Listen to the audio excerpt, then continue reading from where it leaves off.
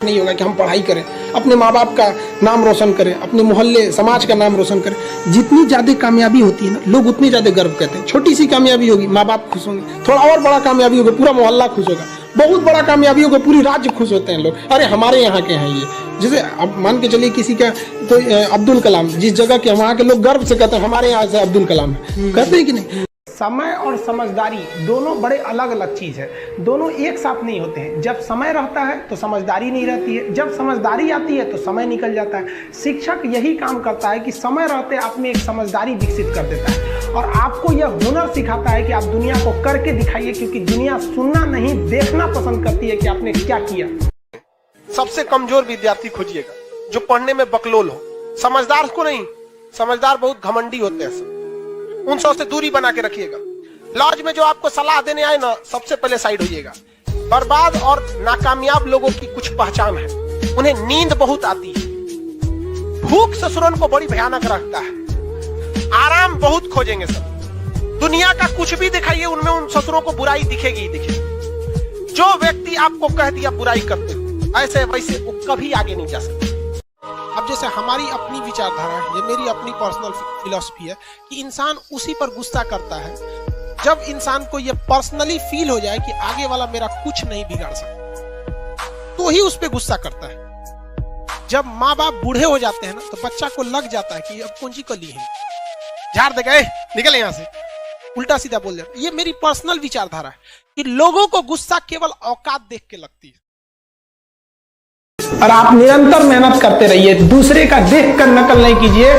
सीढ़ियां उन्हें मुबारक हो जिन्हें छत तक जाना है, आपकी मंजिल आसमान है, रास्ता आपको खुद बनाना है। अपनी मंजिल को भुलाकर जिया तो क्या जिया, है दम तुझ में तो उसे पाकर दिखा। लिख दे खून से अपनी कामयाबी की कहानी और बोल उस किस्मत को, है दम तो मिटा के दिखा। जब हम जन्म लेते हैं तो जन्म से ही हमारी जीव रहती है और मरने तक हमारे साथ जीव रहती है, क्योंकि वो बहुत ही नरम रहती है, उसे गुस्सा वो बहुत हार्ड नहीं होती है। लेकिन जन्म लेने के बाद दांत आता है और दांत काफी कड़ा होता है और मरने से पहले ही दांत चला जाता है। यानी अगर आप नरम रहेंगे तो काफी लंबे समय तक रहेंगे और जहां हार्ड होंगे आप वहीं आपका पतन चालू हो जाएगा। लड़कियों को भी कहते हैं कि भाई ऐसा लड़का को मत वैल्यू दो जो बात की कमाई पे तुमको घुमा रहा है, और लड़कों भी कहते हैं जागो, अगर बहुत शौक है ना गर्लफ्रेंड बनाने का तो अपने पैर पे खड़े हो जाओ। जिस दिन पैर पर खड़े होगे ना, उस दिन समझ में आएगा ये सब चीजें फालतू चीजें होती है। कई लड़के बेचारे का दिल टूट जाता है, उनका शरीर एम्बुलेंस की तरह हो गया है, घायल दिल लेके घूम रहे हैं। अरे फालतू ये सब चीजें। जीवन में किसी के लिए आंसू मत बहाइएगा, वो आपके आंसुओं के काबिल नहीं होगा,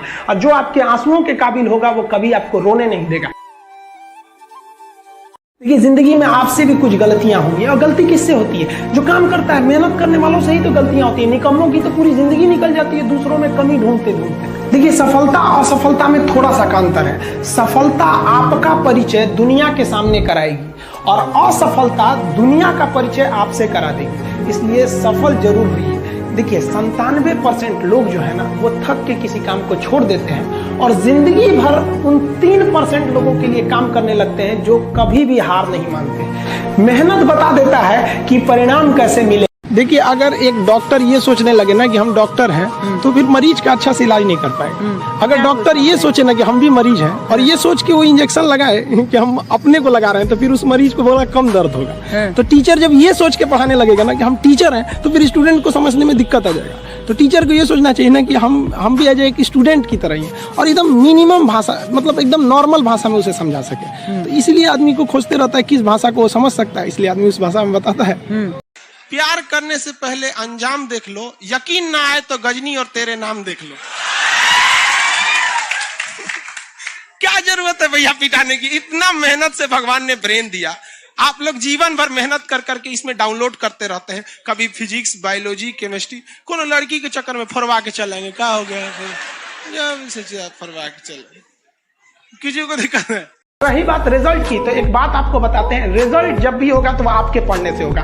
कोई भी वैकेंसी में आप देखेंगे बहुत से ऐसे लड़के होते हैं ना जो बहुत पढ़ते हैं लेकिन रिजल्ट नहीं होता है, और कुछ कम पढ़ के रिजल्ट हो जाते हैं। रीजन क्या? आप कितना पढ़ते हैं ये मायने ही नहीं रखता है। मायने ये रखता है कि आपने क्या पढ़ा है, क्या जो चाहिए वो पढ़ा है कि नहीं। अब क्या है कि मान लीजिए हम तो भाई साहब पीएचडी कर रहे हैं, हम उठा के पोथा पथरी आपको पीएचडी वाला दे देंगे तो आप तो कहेंगे वाह रे भाई साहब, खान साहब मास्टर तो बड़ी बुद्धिमान हो यहाँ पे। तो भाई आप तो फ्रस्ट्रेट हो जाएंगे हैं, आपको तो लगेगा कि नहीं हमने जानकारी बहुत दे दिया है। तो भाई पीएचडी का चीज पीएचडी के लिए है, आपका कंपटीशन का अलग चीज हो जाता है। एक लेवल रखना है ना, आपके कंपटीशन के एग्जाम में पीएचडी वाली चीजें नहीं पूछी जाएंगी। वो अगर आपको काबिल बनना है ना, बाज की तरह उड़ना है, तो बार बार बोलते हैं इन तितलियों का साथ छोड़ दीजिए। कृष्ण भगवान का भी एक उम्र था जब गोपियों के पीछे घूम रहे थे। एक उम्र आया, भाड़ में गई गोपियां, मारा देखे महाभारत करा के रख दिया।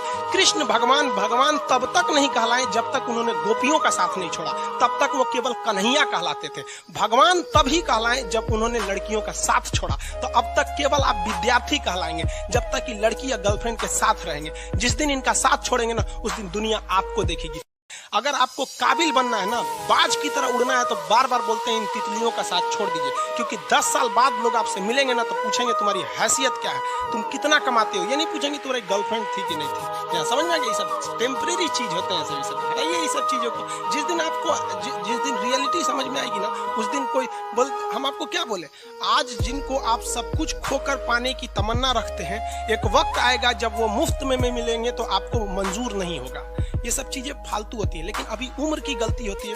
उम्र के बाद सब सुधर जाते हैं। कृष्ण भगवान का भी एक उम्र था जब गोपियों के पीछे घूम रहे थे। एक उम्र आया, भाड़ में गई गोपियां, मारा देखे महाभारत करा के रख दिया। कृष्ण भगवान भगवान तब तक नहीं कहलाए जब तक उन्होंने गोपियों का साथ नहीं छोड़ा, तब तक वो केवल कन्हैया कहलाते थे। भगवान तभी कहलाए जब उन्होंने लड़कियों का साथ छोड़ा। तो अब तक केवल आप विद्यार्थी कहलाएंगे जब तक कि लड़की या गर्लफ्रेंड के साथ रहेंगे। जिस दिन इनका साथ छोड़ेंगे ना, उस दिन दुनिया आपको देखेगी।